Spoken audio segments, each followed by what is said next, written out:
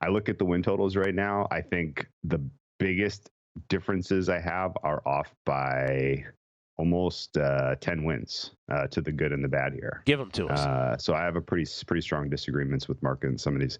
I am the biggest off to the bad with Detroit. The market's making them a 28.5 win team right now. I think they're closer to an 18.5 win team. Wow. That's wow. I have every player on that lineup graded as a negative. I have Jaden Ivey, who they are going to have to absolutely lean on to try to develop this year because of the investment they have in him. I have him as a very minus player. And then on the flip side of that, to the good, I think the Toronto Raptors are being wildly underrated heading into the season. I think my numbers say the Timberwolves are being wildly underrated, but that also could very well be some of the parts type of problem. I have the Oklahoma City Thunder as almost 10 wins over fair. I have the Kings almost 9 wins over fair. I have the Pacers 8 wins over fair. Portland and San Antonio, I have 7 wins over fair. Wow. Is that typical that you have that big of a difference between your projections and the actual pre-flop number? Yeah, I think a win in season-long NBA is worth very little. So the fact that you're having medians that are 7, 8, 9 off is not crazy at all. The residual between season-long wins and just actual results, I think the median is in that ballpark of 5, 6, 7. The key, I guess, for macro that I'm excited about this year is last couple of years, last year in particular, was a mega tanking year. A lot of people had incentive not to win. And now almost all of those teams, the shoe is on the other foot. And you have a lot of these teams that have been incentivized to lose for years and years and years that are, you have GMs and coaches that this is their last chance to finally show some winning potential. And I think there were certain teams in certain divisions and particularly schedules that lent themselves to teams being the beneficiaries of other teams tanking. And now all of a sudden they're going to have to win in a relatively neutral games, neutral playing field. The bad teams like Portland, San Antonio, Detroit, they're still not incentivized to lose. Like they probably will lose a lot of games just because they're starting a lot of really inexperienced players.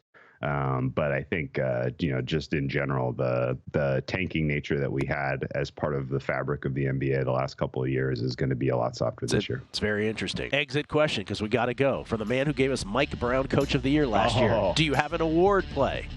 Yes, 45-1. Darko Rajakovic, Coach of the Year. Toronto Raptors, they beat their win total by 10 wins. They get a top 5 seed in the East. People know the household name, Darko Rajakovic, this year. Darko Rajakovic, 45-1. Thank you, Drew. That's where you got to go to get all of Drew Dinzig's plays for the NBA season. And mine as well, and Dan Besver's as well. Let me pull back the curtain here a second. So Kelly was being taken to task off air that he got all of Drew's plays opposite.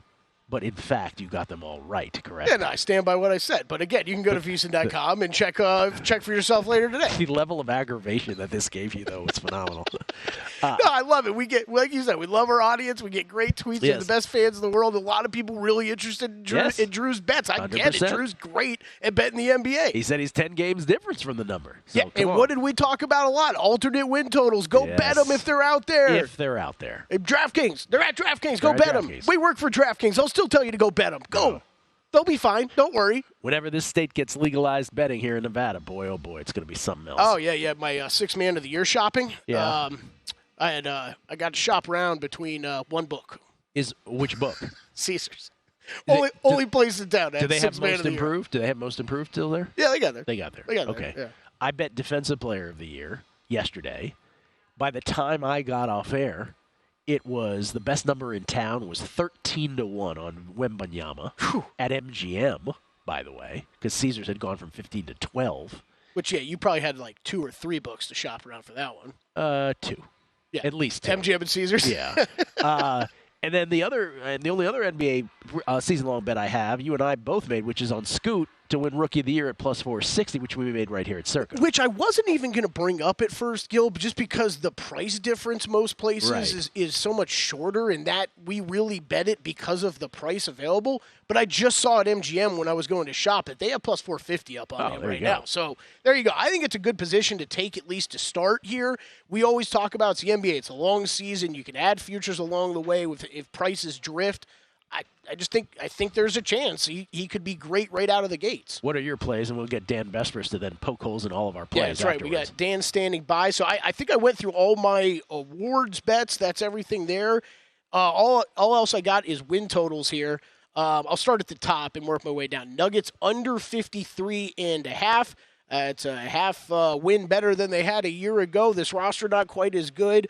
I'm aligned. JVT and aligned. A little hangover on that, maybe? Yeah, a little bit. JVT and aligned on a couple of these. Cavs, I did go over 50.5. This is the same sort of handicap, just the opposite way. You're giving me a win total. It's a half win less than what they had a year ago, and this roster just got better.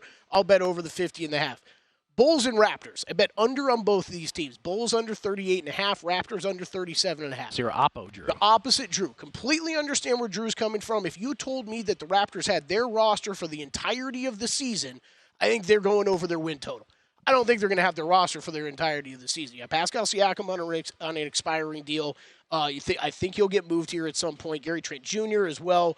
There's a lot that could happen in the middle of the season with this Raptors team if things aren't going well. Same thing for the Bulls. DeMar DeRozan on an expiring deal. Could easily see him getting shipped away if this team's not great out of the gates. Vucevic, been a little disappointing since he got to Chicago. Big contract. I think they would love to get off their books if they could. So unders, both Bulls and Raptors for me.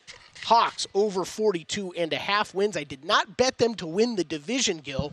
Why did I not bet them to win the division? It's not because of the Miami Heat. It's because this little team in Orlando that I think could be a little feisty. Really? That I'm not going to bet the Hawks to win division, but I am over their win total 42.5. You're just a fan of the Southeast Division. I love this. I do love the Southeast Division for whatever reason. And the last one real quick because I know Dan's standing by. The other one I'm oppo Drew on, I went Pistons. This is not big. I did go Pistons over their 27.5. I think there's some good young talent back there that I like in the backcourt. Aren't those, let's just take your NBA brain out of this. Yeah. Aren't those literally low-hanging fruit teams like the Wizards, when your season win total is that low? We talk about this in baseball. Even the worst teams figure out a way to win 50. Yeah. If not 60. Same thing in the NBA. Well, it's you got to really be bad. I think it's almost all sports, right? High-end win totals and low-end win totals. It's hard to bet overs on high-end win totals. Sure. And it's hard to bet unders on low-end. Absolutely. Dan Vespers joins us now for the Fantasy NBA Today podcast, assistant GM at Sports Ethos, still gunning for that GM role, and now he tells us what idiots we are for all of our bets. How you doing, Dano? Someday, man. I love that bit. I'm so happy. That's who is the GM? Is he like, got to keep Vespers down? Not actually sure we have a GM. Okay. Well, Brewski is the site president. I think then it jumps straight down to me. So someday, man. And do you remember that you guys called me the plain bagel on the show last year? I kind of want to go back to being the plain bagel again. That was great, man. Who would have said such a thing about you, Dano? That doesn't sound like us. I am a plain bagel. Yeah. I eat plain bagels, and as a human, I am a plain bagel. All right, my thoughts on 1, 2, 3, 4, 6. Those are 6 totals. I think I was scribbling them down as Kelly was going through them. I am fully on board with the Nuggets under 53.5. That's a gigantic number for a team on a championship hangover. There's just no reason for them to have to press hard enough to get to that mark.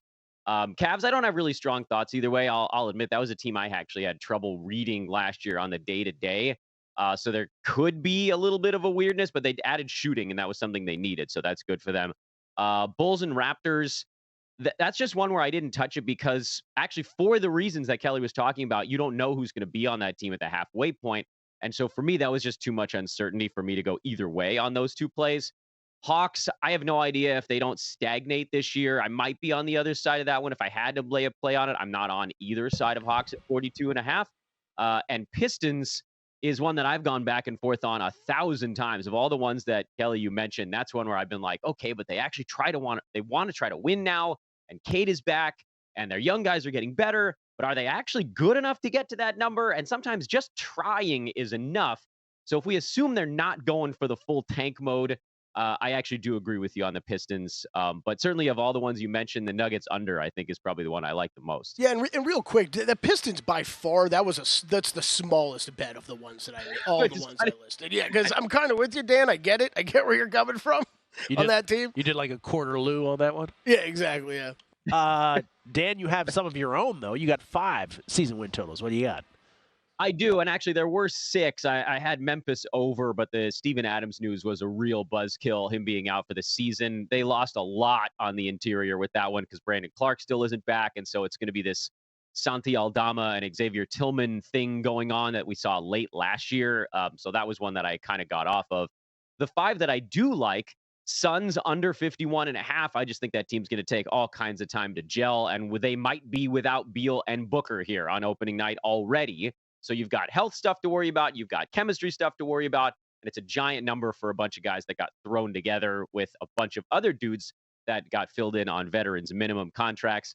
The Pacers over 38.5. I know I'm going out of order on what's on the screen here. I like that one a lot. That was a team that was well on pace to break that number before Tyrese Halliburton got hurt last year. And then they kind of started shutting guys down at the end.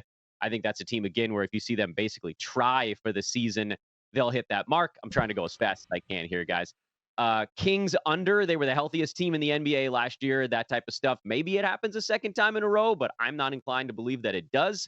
The Thunder, I think, is the burden of expectations. I actually like that team a lot, but I think they made their gigantic leap last season, and I think there's a little bit of a plateauing this year as clubs are able to scout them a bit better. And then the Wolves, I think people were underselling them. I think Mike Conley was a really nice pickup to steer that ship of a bunch of sort of mismatched weirdo pieces that he's able to bring together in a way that D'Angelo Russell was never going to be able to. I don't know what the heck's going to go on with Rudy Gobert and Cat in the front court. That's still a problem, but Anthony Edwards is amazing. And I like the way that Conley can get the pieces to fit a little bit better. And that is my lightning round. How'd I do? Well, you did great. I love that. Bucks and Celtics in whatever order are your best 2 teams in the East. Who's the third best team? Oh, my goodness. I wasn't ready for that one. Sorry. How about the Sixers getting back in there again after this Harden thing? Daniel just throwing out a team right now. How about the Sixers? The Sixers. Could be the Cavs, too. I think they're going to be pretty good this year. What is the conventional wisdom take that you find the hardest to get on board with?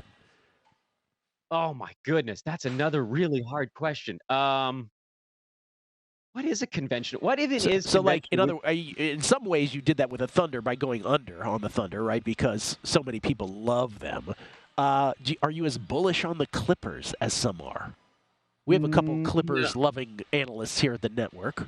Let me go this way, Dan. Of all the Western Conference, everybody in national media wants to say it's so crowded, so many good teams. Which of the good teams is not going to be a good team this year? Okay. How about... You didn't like that any better. No, I didn't like that any better. Good try, I want to say the Kings. I got the Kings under, so maybe that's like not cool of me, but I think they slowed down a little this year. That's an answer. Dan, Drew, JVT, all on the Kings under. I like it. Everybody on the Kings under. What could go wrong? Dano, we'll talk soon. Thank you so much. Go to VSiN.com/subscribe to become a VSiN Pro subscriber today.